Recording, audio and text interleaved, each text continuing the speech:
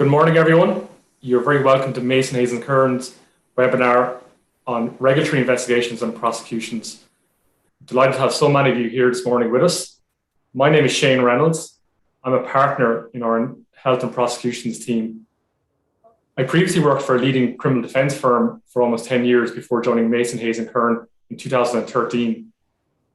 Our health and prosecutions team advised several state bodies in the area of regulatory prosecutions, and we also represent corporates in the area of investigations and white-collar crime. I will be chairing this morning's webinar, and I'm delighted to be joined by two speakers.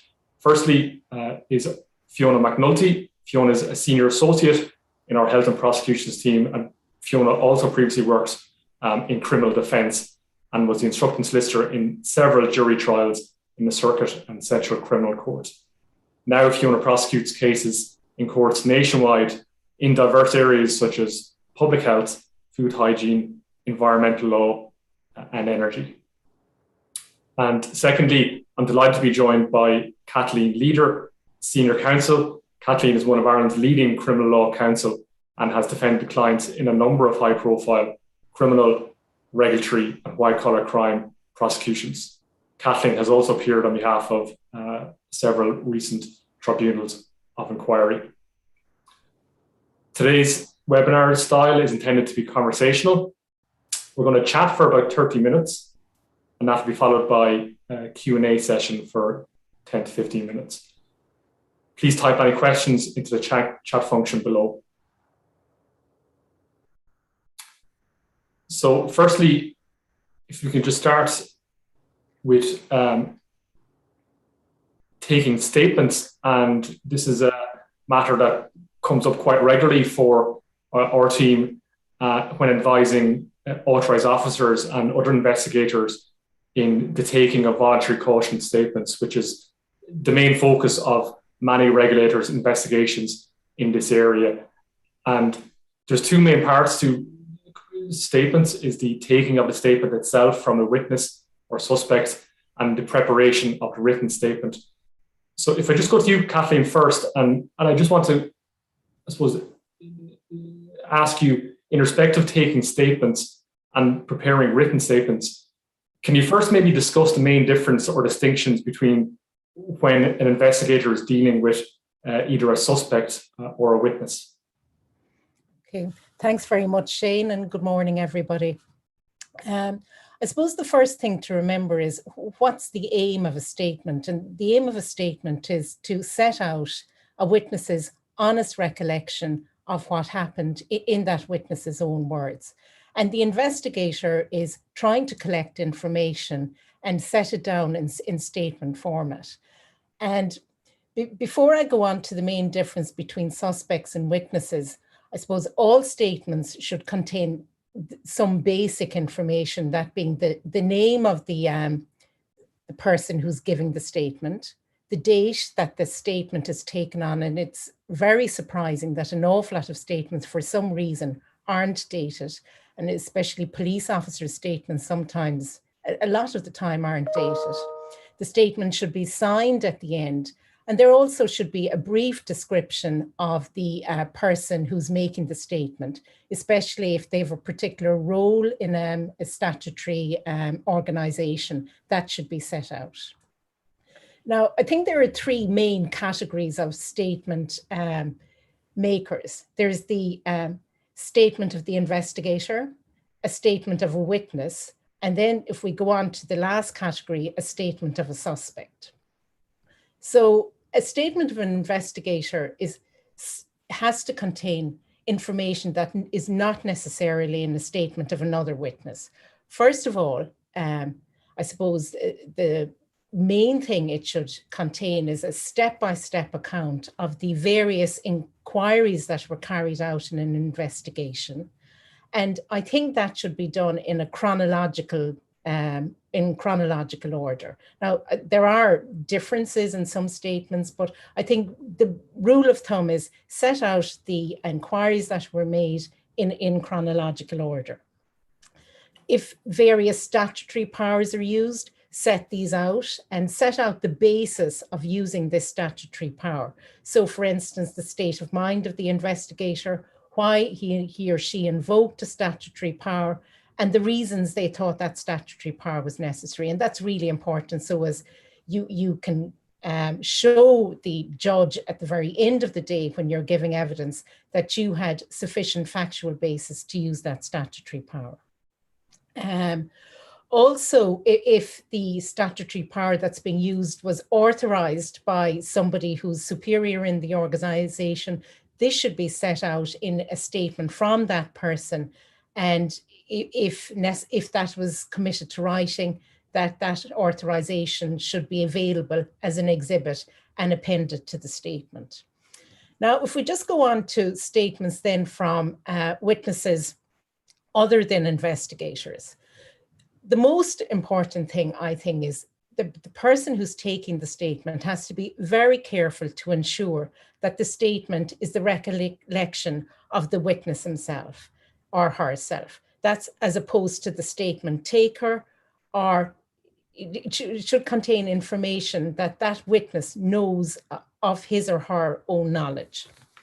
And so the first thing this statement taker should do, I think, is assess the role of the witness.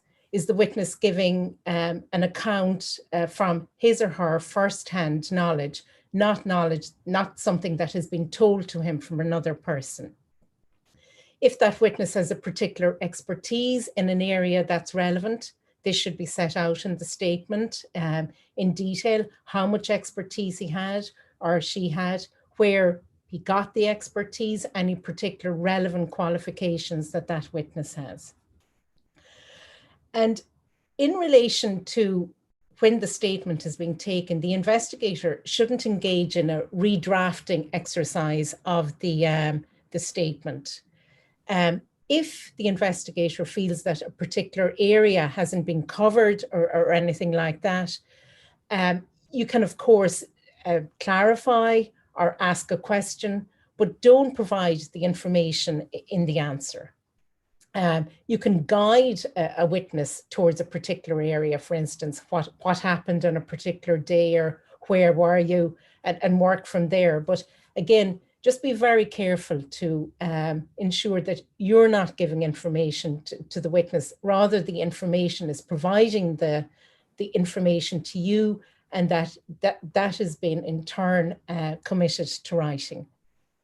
There's nothing wrong with a witness looking for assistance if something technical has to be explained, but make sure this is recorded and set out clearly in the statement. As long as the statement taking process is transparent, I think that is the most important thing if something like that is necessary. Also, be very, very careful about deciding as a statement taker that particular information is irrelevant. Rather, if the witness thinks it's relevant, take it down, include it in the statement, and thereafter assess, do I need to make more inquiries? Do I need to investigate something a little bit further? Or should I deal with it in another way? But be careful in editing statements or in editing information out of statements, because it then can give the impression that the investigator is working towards a particular end as opposed to taking information from a particular witness. In relation to amending witness statements, once a statement has been taken, read it over to the witness. If amendments have to be made about times or dates or maybe a particular address or anything like that, do it in a transparent way. Just put a line through it and put in the amendment, and make sure that the amendment is initialed by the person who ultimately signs the statement. But if a significant amendment is to be made or something that might take a little bit of time, I think probably the best way to do it is to take an additional statement and cover it in that way once the first statement has been taken. All of that applies to statements in electronic format, and all of the material which has been generated in and around the statement making, I think ideally should be disclosed, and I know Shane will be dealing with disclosure in a little while, but as long as the process is transparent and has been recorded as best people can do that, I think that's the ideal way of taking statements.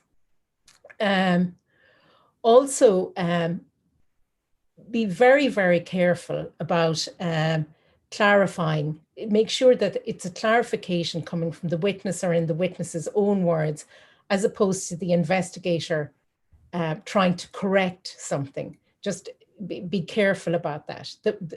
If you go back to what you're trying to do when you take a statement, is take the witness's honest recollection in the witness's own word and reduce that to writing. Now, in relation to what Shane started off with at the very beginning, the status of the individual or the witness is something that has to be thought about. First of all, is the person likely to be helpful to the investigation if that person is a witness? The second thing you have to think about is the person considered to be a suspect or a possible suspect? Is that person implicated in the criminal enterprise or a criminal act that you're investigating? If that person is implicated in the criminal act, they are then a suspect. And the reason, of course, that you're taking a statement in the first place is so that the material will be useful at the end if a prosecution is taken.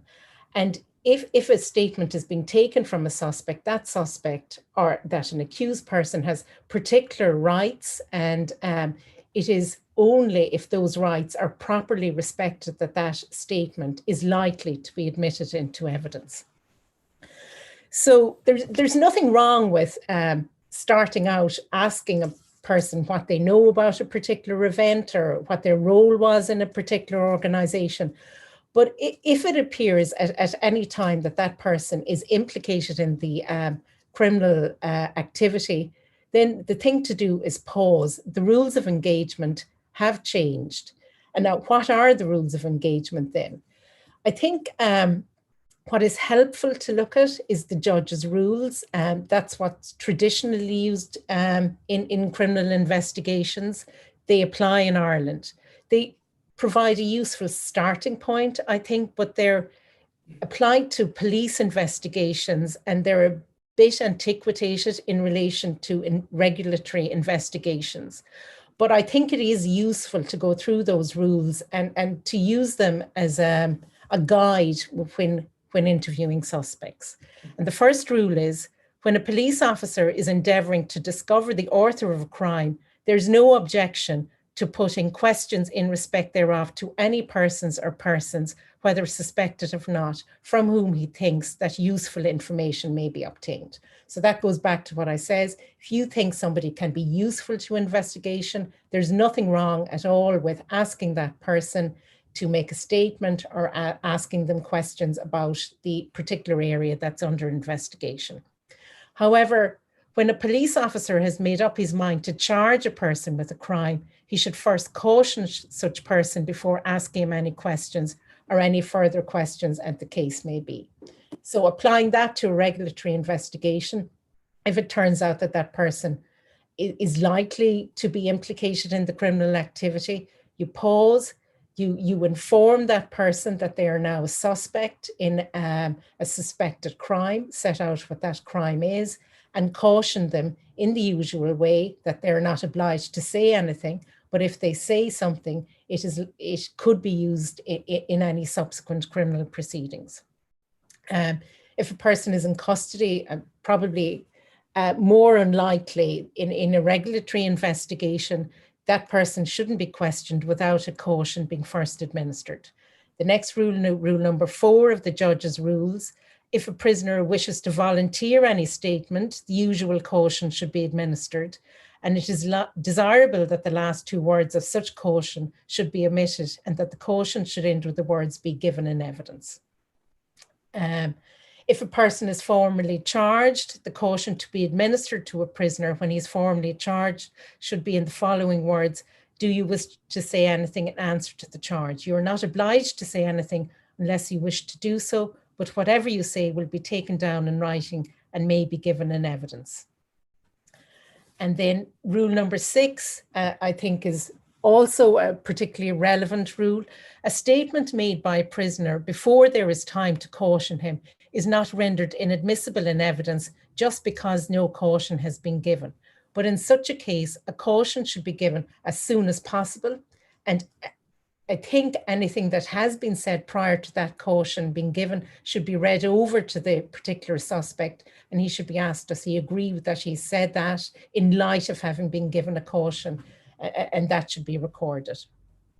There are 3 more of the judge's rules that a person, number 7, a person making a voluntary statement mustn't be cross-examined, and no questions should be put to him except for the purposes of removing ambiguity if there is a doubt about a date or a time or so forth. Rule number 8, where 2 or more persons are charged with the same offence and their statements are taken separately, the police shouldn't read these statements over to the person, but it can be made available so that the suspect can read over that statement, it says, and a reply. And nothing should be said or done by the police to invite a reply. And any statement taken in accordance with the judge's rules should, wherever possible, be taken down in writing and signed by the person making it after it has been read to him and he's been invited to make any corrections he or she wishes. So I think the key point to be taken from all of that is that an investigator is entitled to put questions to a witness while taking a statement and obtain information. If a view is come to that the person is a suspect, then the investigator should pause, inform the person at that stage that they are now suspected of having committed a criminal offence, and they will caution them as to their legal rights. That they should be entitled to look for legal and obtain legal advice, and they should be informed of the privilege against self-incrimination. Also, if the statement hasn't been video recorded, I think consideration should be given to making an appointment to ask the statement maker to come in at a later date and read over the statement to him, record it on video with the caution having been administered. And finally, what I wish to say is any statement taken pursuant to a power of compellability is not admissible in evidence. And there are the rules following from National Irish Bank. Finally, if a suspect asks for a lawyer to be present, I think it's very hard to object to that in view of recent decisions or not so recent decisions from the Supreme Court. Thank you, Kathleen. That's very useful in terms of for a lot of the attendees on this call are regulatory investigators, and I think the main takeaway in regulatory prosecutions is to ensure that the defendant is not left under the impression that they were obliged to answer questions, so that a judge can conclude that the statement was made voluntarily. So I think that's probably the main takeaway from your piece. So thanks, Kathleen. Yeah. If we just move on then, just and link to statements. Statements are obviously inherently disclosable to the defence prior to in the course of the prosecution. So I know, Fiona, if I come to you, I know you've looked at a recent determination by Judge O'Shea in a case of DPP and Patrick Cullen, and I think that's probably a very concise and thorough overview of the legal principles for disclosure and prosecutions. And I think a lot of the principles in that determination can be quite helpful for prosecutors. Can you maybe just speak to some of the aspects of that ruling, Fiona? Yeah, Shane, and good morning to everyone who's logged on to the webinar today. And you've referenced the written decision from Judge O'Shea and DPP and Patrick Cullen. And the first thing to say is that written decisions are actually somewhat rare in the district court, but they are to be welcomed nonetheless. They help to establish consistency across the different districts. And disclosure itself, it's a central principle in the context of someone's right to a fair trial and right to fair procedures. And disclosure can also often be a contentious issue in trials on indictment, that is to say, prosecutions that are heard in the circuit criminal court or the central criminal court in front of juries. And there's plenty of case law in relation to that from the higher courts. But the decision in DPP and Patrick Cullen, that was delivered in the context of a district court criminal prosecution. And it's very clear, and as you said, very concise judgment that's really helpful for prosecutors working in this area. The background to it is that Patrick Cullen was accused of harassing two individuals contrary to Section 10 of the Non-Fatal Offences Against the Person Act. And that is a hybrid offence, similar to a lot of regulatory offences. It's an offence that could be tried either summarily in the district court or on indictment in the circuit court. And in the course of that prosecution, Mr. Cullen's solicitor wrote to the prosecuting Garda with seeking an extraordinarily high level of disclosure. And Judge O'Shea observed that the tone and the breadth of the disclosure request was actually more akin to the type of request you might see in a discovery request in civil proceedings. And I think that, Shane, you and I would similarly see in cases that we would be dealing with in the district court, disclosure requests are becoming more complex and more detailed. So the court here in this decision has very helpfully set out some ground rules for disclosure in district court summary prosecutions. The first is a general ongoing duty that the prosecutor has to disclose relevant evidence. And similarly, there's an ongoing duty to disclose any evidence that may either harm the prosecution or assist the offence. Assist the defence. And there's no general obligation to serve statements on the accused, but you will typically see in practice that the defence apply at an early stage for either pressy of the evidence that's going to be relied on or a general disclosure order, which is often made as a matter of course. And Judge O'Shea was mildly critical of the discovery style request, and he was very clear that discovery has no place in a criminal process. What's also important is that Judge O'Shea, he did distinguish between the level of disclosure that is expected of a prosecutor in a summary prosecution and prosecution on indictment. And he referenced in particular the Supreme Court decision in DPP and Gary Doyle.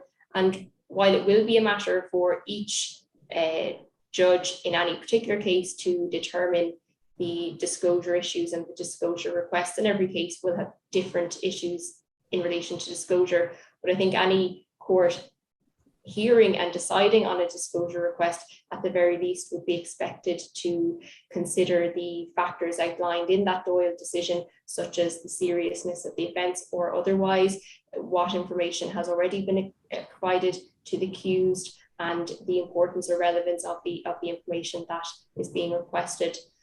But I think the most important principle distilled or identified in the Cullen decision by Judge O'Shea was that disclosure will generally not be ordered in respect of material that goes beyond the substance of the essential evidence grounding the charge against an accused.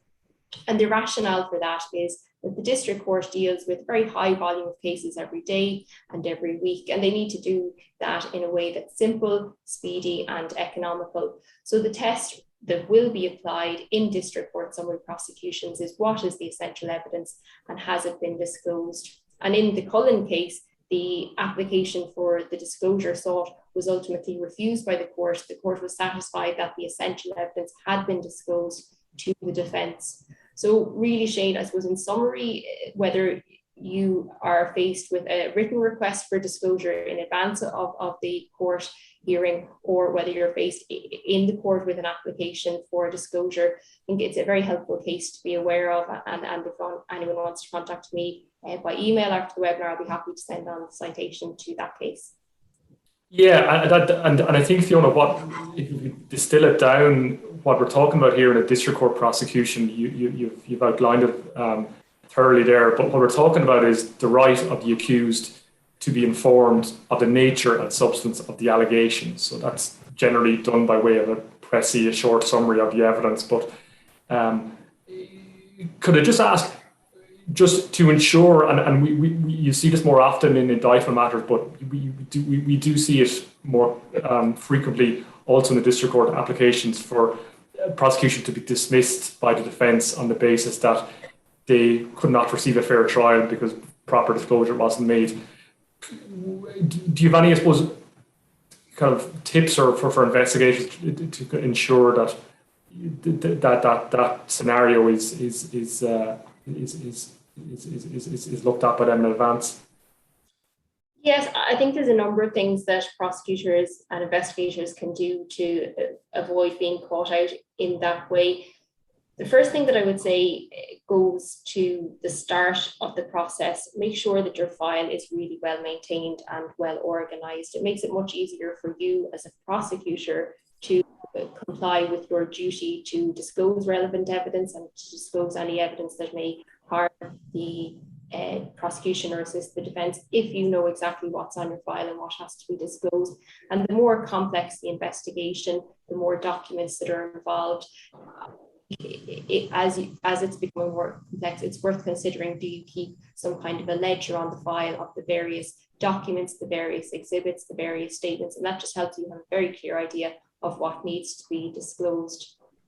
And another thing to bear in mind is that disclosure is always going to be ultimately at the discretion of the court in any case. So just something to bear in mind that in any particular case, a judge might order that your entire file be disclosed to the defence. So it's something to bear in mind when it comes to internal emails, internal communications. Your file could be subject of a full disclosure order. And I think this is all very topical. I think only yesterday the Department of Justice announced a new payment scheme under legal aid for the review of disclosure in criminal matters. So obviously it's going to be, let's say, at the forefront of legal aid lawyers' minds, disclosure. So it's watch this space. And obviously legal aid doesn't apply to a lot of regulatory investigations, but it's going to be more and more common, I think, disclosure applications going forward. Thanks for that, Fiona. If I just move on then to Kathleen, I just want to touch briefly, and I suppose we've touched a bit on a cross-examination already, but in particular, in terms of giving evidence, on one matter that comes up quite frequently for state agencies is documentary evidence and making sure documentary is properly admitted in evidence. And I know you've looked at the Criminal Evidence Act 1992, and I just wanted to, I suppose, speak briefly on that. And could you just, I suppose, outline just the main tenets of the Criminal Evidence Act 1992 in respect of documentary evidence? Yeah, so the kind of rule of thumb when you're giving evidence is that the witness is allowed to give evidence in relation to matters which he or she has seen. They're not allowed to give evidence about, and this is generally, there are exceptions to the rule, obviously, about what other people have seen or what other people have recorded. So if a witness wants to refer to a document that another person has written, that's prima facie inadmissible in evidence. However, there is a way under the Criminal Evidence Act 1992 which allows a witness introduce documentary evidence by way of their own evidence, if that isn't too convoluted a way of explaining it. And it applies to business records. And there's a very wide definition of business under the Act. It includes any trade, profession, or other occupation carried on for reward or otherwise. So, for instance, if a witness wishes to refer to, say, a register that's kept by any state agency or anything like that, that is a business record. And in order for it to be admitted, Section 5 of the Criminal Evidence Act 1992 allows a business record to be admitted. And in order to prove that it's a business record, a certificate is allowed to be admitted into evidence, which your solicitor or your barrister will help you prepare. But essentially, it sets out that it's a record that's prepared in the normal course of business, that the person who prepared it would be expected to be familiar with it and give evidence in relation to it, that he or she would be a compellable witness and so forth, and that it isn't a privileged document or anything like that. But I think it's really important to note that you can't just bring a document into the witness box with you and expect the judge to allow it to be admitted into evidence without a certificate having been prepared under the Criminal Evidence Act 1992.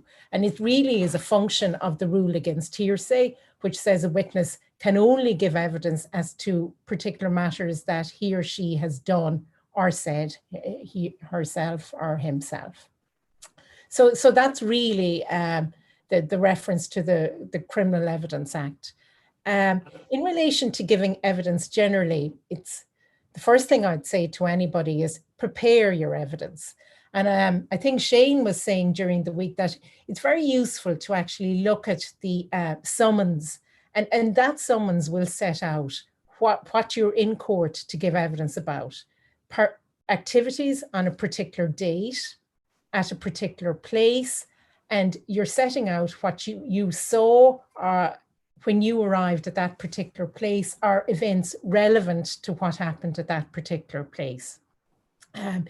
In relation to investigators, take, I think, good notes in relation to any inspection. So I'm not saying essays or anything, but timings, who was there at a particular time.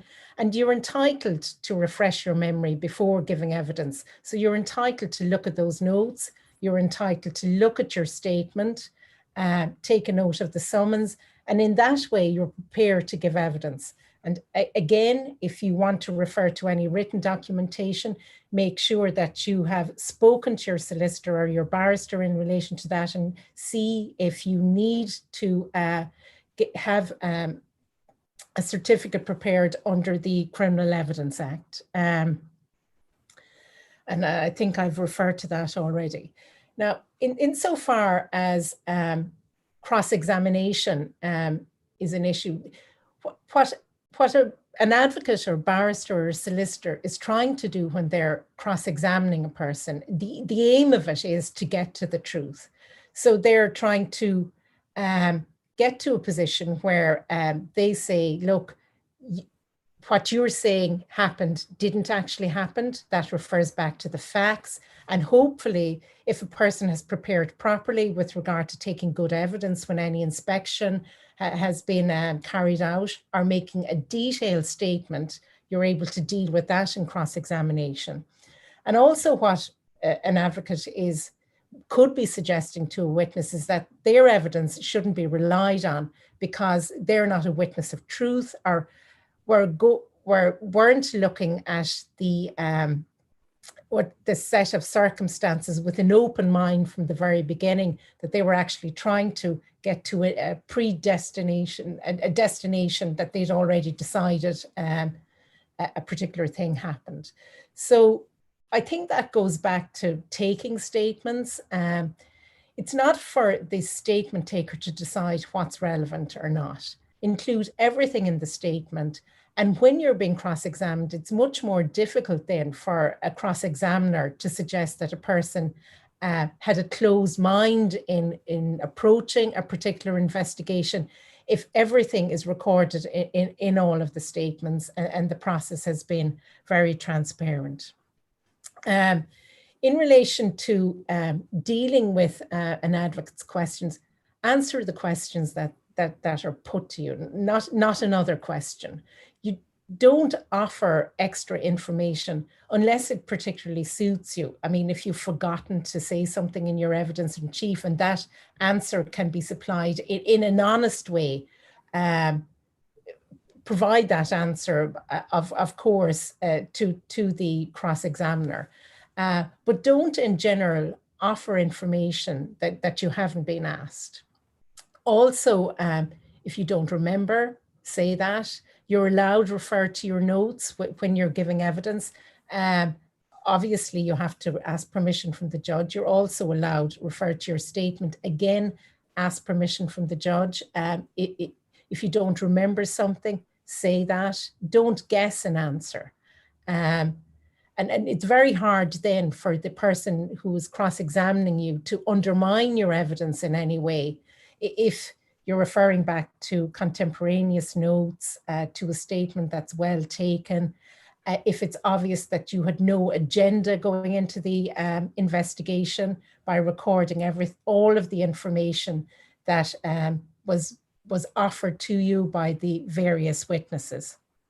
So that's really all that I have to say about the giving of evidence and cross-examination and the reliance on the Criminal Evidence Act. If you want to rely on a document, consider whether it's a business record, consult your solicitor or your barrister with a view to preparing a certificate, therefore making that document admissible in evidence.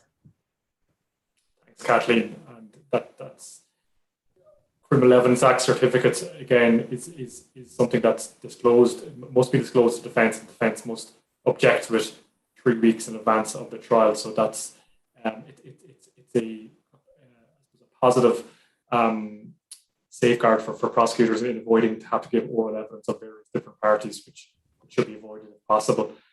Thanks, Kathleen. And I suppose one area in terms of for a scenario where cross-examination can be obviously avoided is if the defendant does not turn up to court or doesn't engage or doesn't instruct a solicitor. And I know, Fiona, you've looked at trial in absence, and it's something that we do see in regulatory prosecutions quite often, actually, where the defendant doesn't engage, where they've been served, he or she has been served with summons. And I just wanted to ask you, just in terms of, can you just outline just what options are available to the district court? Because this is primarily a district court issue when an accused doesn't turn up for the hearing. Yes, Shane, the three main options really open to the court. The first is that the court can proceed in the absence of the accused. The second is that the court can issue a bench warrant for the accused person, or the third is the court can adjourn the matter. And looking mainly at hearings in the absence of the accused, as you said, before you would embark on this route, you would need to be satisfied yourself as a prosecutor, but also to satisfy the court that the accused person is aware of the court list of prosecution. So that is where that would highlight the importance of checking and confirming the correct postal addresses for the accused person and having a declaration of service before the court. So if the court is satisfied that the defendant is aware of the court date or the court listing, the court does have a discretion to proceed with a trial in the absence of the accused person. This was considered relatively recently by the High Court in a decision, Sfar and Judge Brennan. And in that case, Ms. Sfar was a lay litigant. She was being prosecuted by the Minister for Agriculture. And the case, she had attended court on, I think, earlier court occasions when the matter was listed for hearing on a particular date, but she didn't attend on the hearing date. And I think there had been some reference to a medical appointment later in the afternoon, but the prosecutor wasn't satisfied that there was a genuine medical reason or medical emergency for Ms. Sfar not being present in court.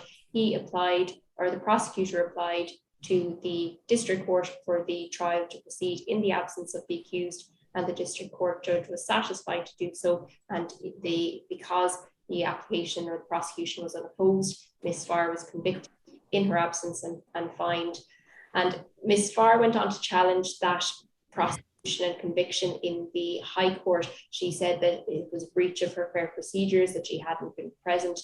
And Mr. Justice Vinci, he considered what the case law in Ireland generally was in relation to this, and the case law is quite clear that the trial judge does have a discretion to do so.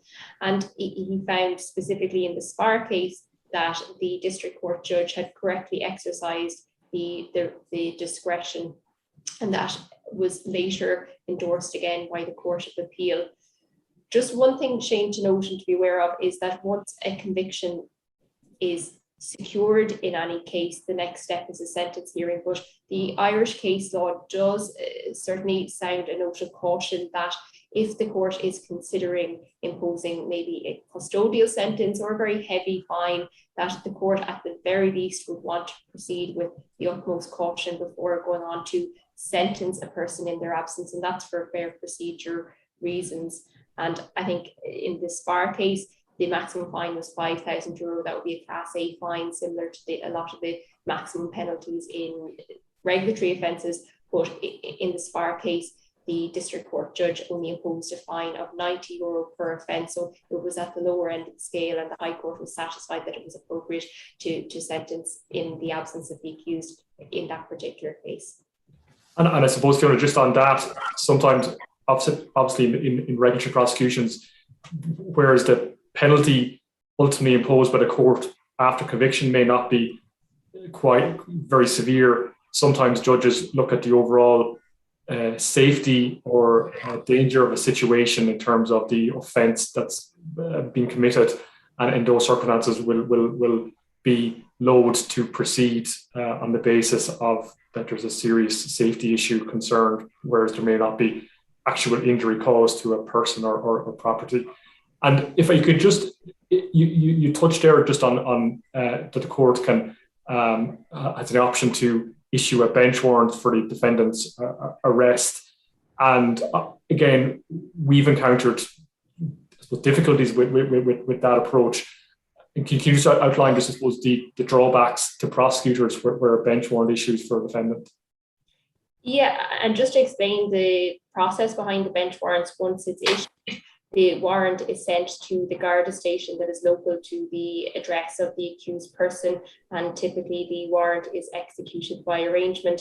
And what we see happening a lot is that the person is brought by the Garda to the district court, the warrant is executed before the court, and the matter is then adjourned to a later date, and the prosecutor is notified to be present on the later date. But there's a real risk that the accused person might not show up on the later date, especially if they haven't attended court previously in the case. And that's not ideal in regulatory prosecutions. We want our regulatory prosecutions to proceed efficiently and as swiftly and quickly as possible.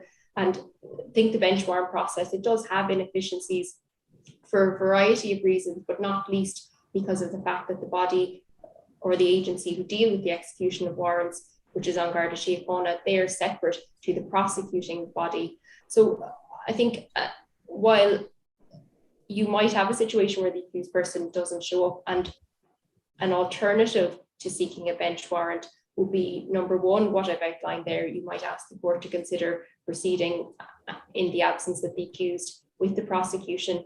But if a court isn't happy to do that on a particular day for any reason, what you could ask the court to do is to consider adjourning the matter on a peremptory basis. And this then would lay the foundation for the matter proceeding in the absence of the accused on the next court date.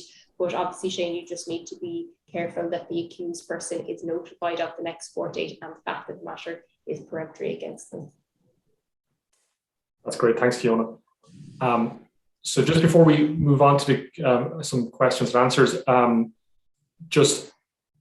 know we just wanted to discuss briefly in terms of the situation on the ground across the country and in the district and circuit court post-pandemic. And I suppose just in terms of investigations, first of all, we know from experience that investigations are taking that bit longer now, and especially complex investigations due to difficulties in meeting witnesses and meeting suspects and gathering evidence. And there will be a certain amount of leeway or sympathy given by the courts in terms of the delay in bringing proceedings due to issues caused by the pandemic. But just to mention that the statutory time limits in terms of issuing summary proceedings still exist and was not amended in light of COVID-19. So, for example, the general time limit for bringing of traditional criminal offences is 6 months from the date of offence that you must issue proceedings. So that's the charge sheet or the summons. As a lot of regulators would be aware, the vast majority of underlining legislation underpinning regulatory prosecutions will give a slightly longer time limit, be it 1 year or 2 years, or in exceptional circumstances, in fact, 5 years for the bringing of proceedings. So, but just to mention that still exists.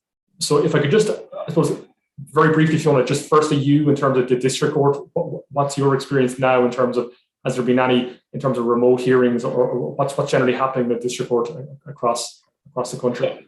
And I would agree with you there that the district court has been generally understanding of the fact that COVID-related measures means that investigations couldn't proceed as promptly as they could. But I think it's fair to say that going forward, the district court is very much open for business, and I think there will be an expectation going forward that prosecutions should be proceeding as efficiently as they can. In terms of remote hearings, there have been certain specialist divisions of the district court that remote hearings have been very much availed of, such as maybe childcare cases or family law. But I wouldn't imagine, given that the district court has a high volume of cases to get through every day, I think it would only be in exceptional cases, maybe where a professional witness is no longer in the jurisdiction. I think it would be maybe less likely or more rare to see video link evidence being utilised in the district court, but absolutely the facilities are there, and that's one of the good things that has emerged from the court's process during COVID, is that they have pivoted to use technology more. And Kathleen, just your experience in terms of in trials in the circuit and etc. criminal court. I know video link evidence has been there, in fact, pursuant to the Criminal Evidence Act in any event, but is there anything in particular that you think innovation-wise can be brought forward from COVID to post-pandemic? Yeah, so more and more the Criminal Evidence Act is being used to facilitate witnesses who are outside of the jurisdiction. With the leave of the court, they can give evidence via video link. There is a provision, there's section 29 of the Criminal Evidence Act, which provides that if a witness is outside of the jurisdiction, that witness can give his or her evidence via video link.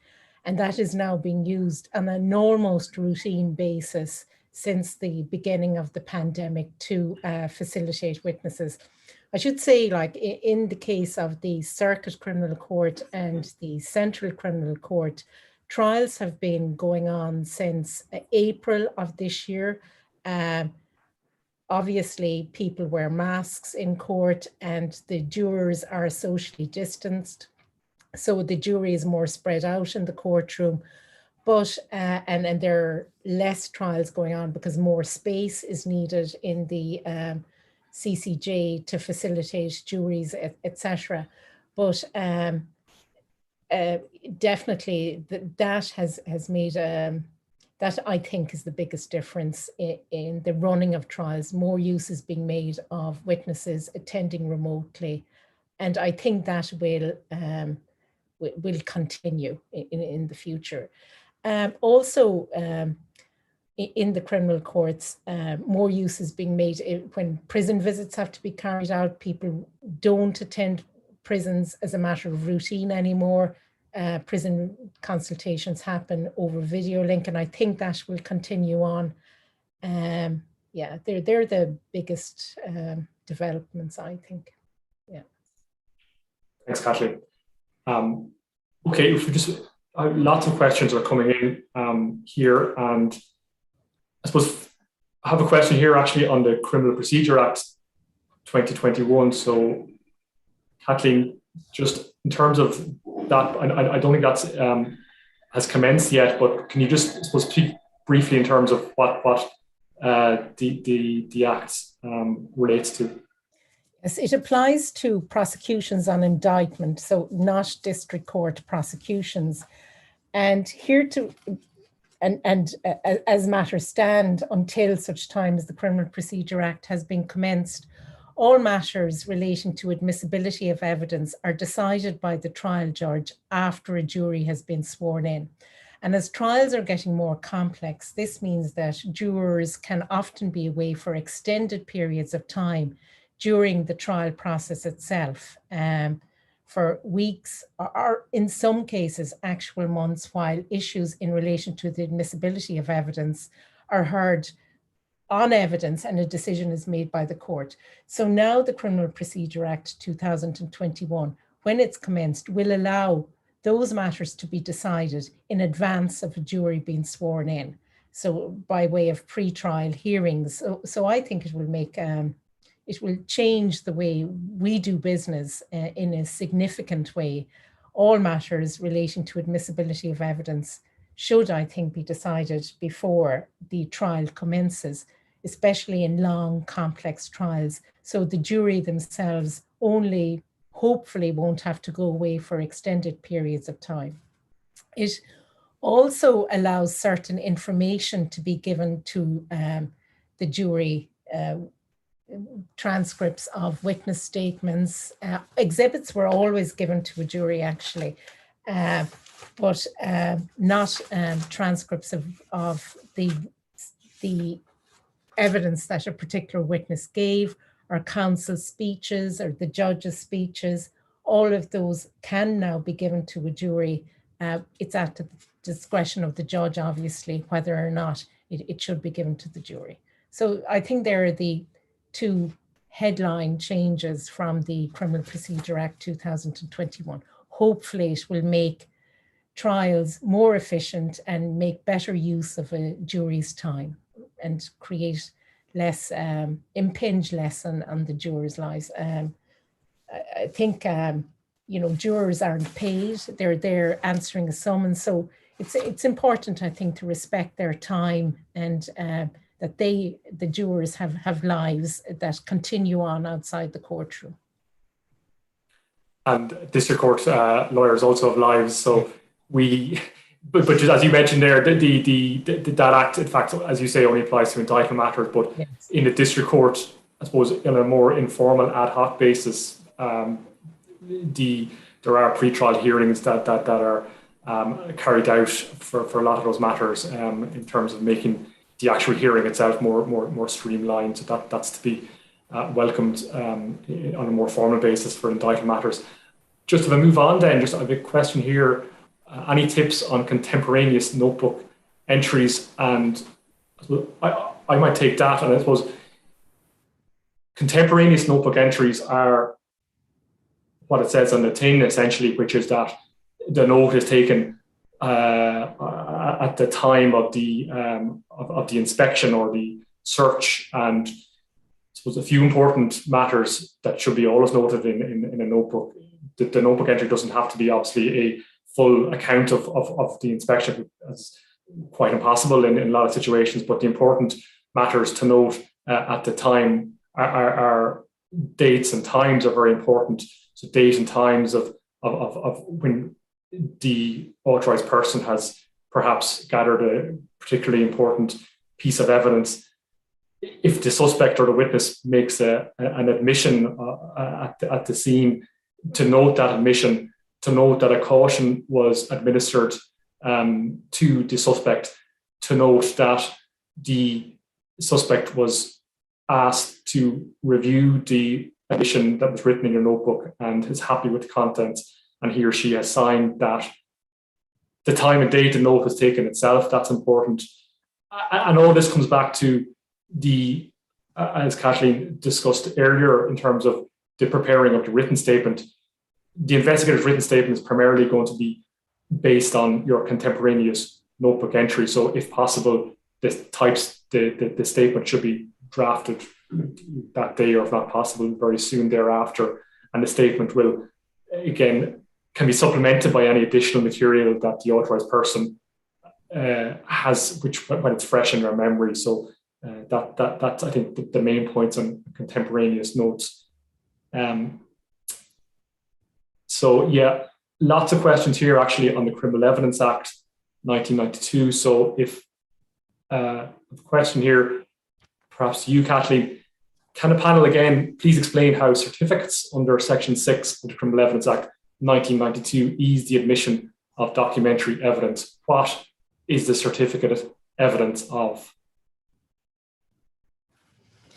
Yeah, so the certificate is evidence of that the document that you're trying to admit was prepared in accordance with the Criminal Evidence Act 1992.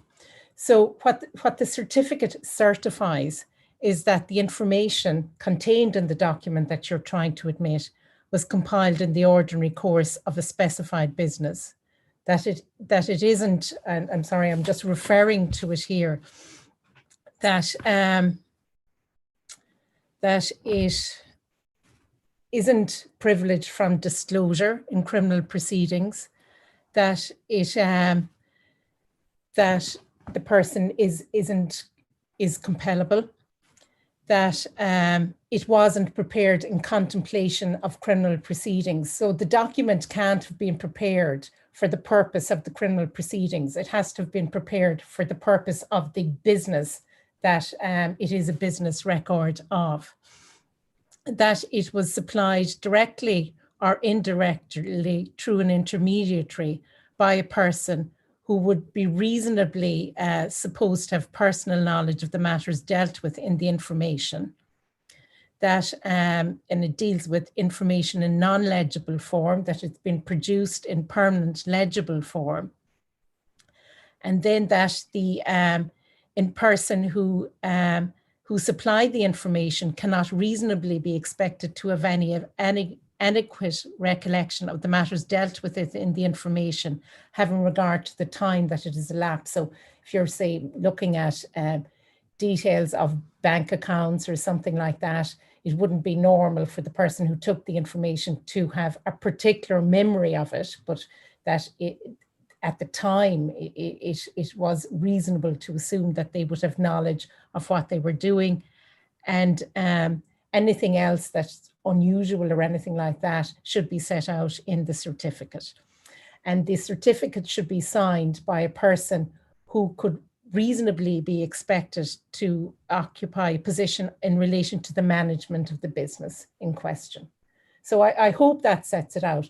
It's a way of getting a document into evidence without actually requiring the person who wrote that document to come to court and give evidence in relation to it.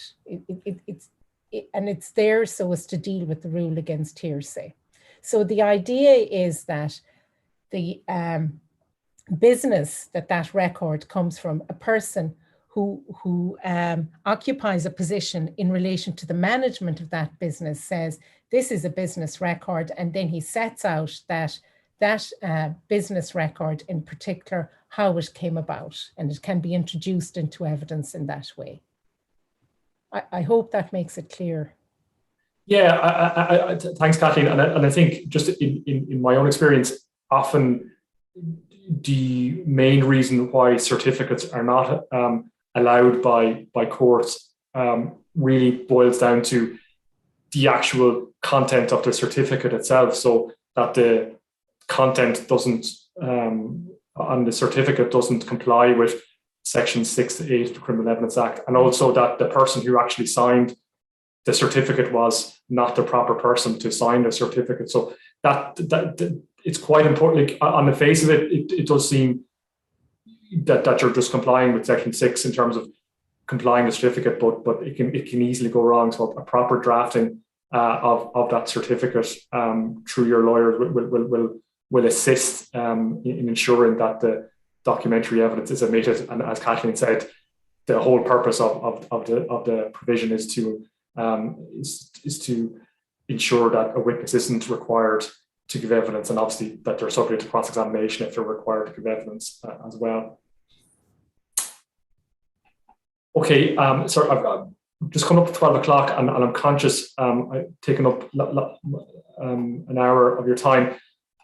There's lots of other questions here, so I think myself, Fiona, and Kathleen will be happy to look at these questions and reply to these, and also feel free to give us an email or give us a call in respect of any matter. And I suppose it just leaves me to say that thanks to Fiona and very much thanks to Kathleen as well, and also to giving a few of her deep and darkest secrets in terms of cross-examination. So thanks, Kathleen. And finally, just to thank you all for attending the webinar this morning. I think a survey is going to pop up on your screen automatically when this webinar ends. And if you have a minute or two just to fill out the survey, and I think there's future topic suggestions on that. So thank you all, and hope to see you again soon.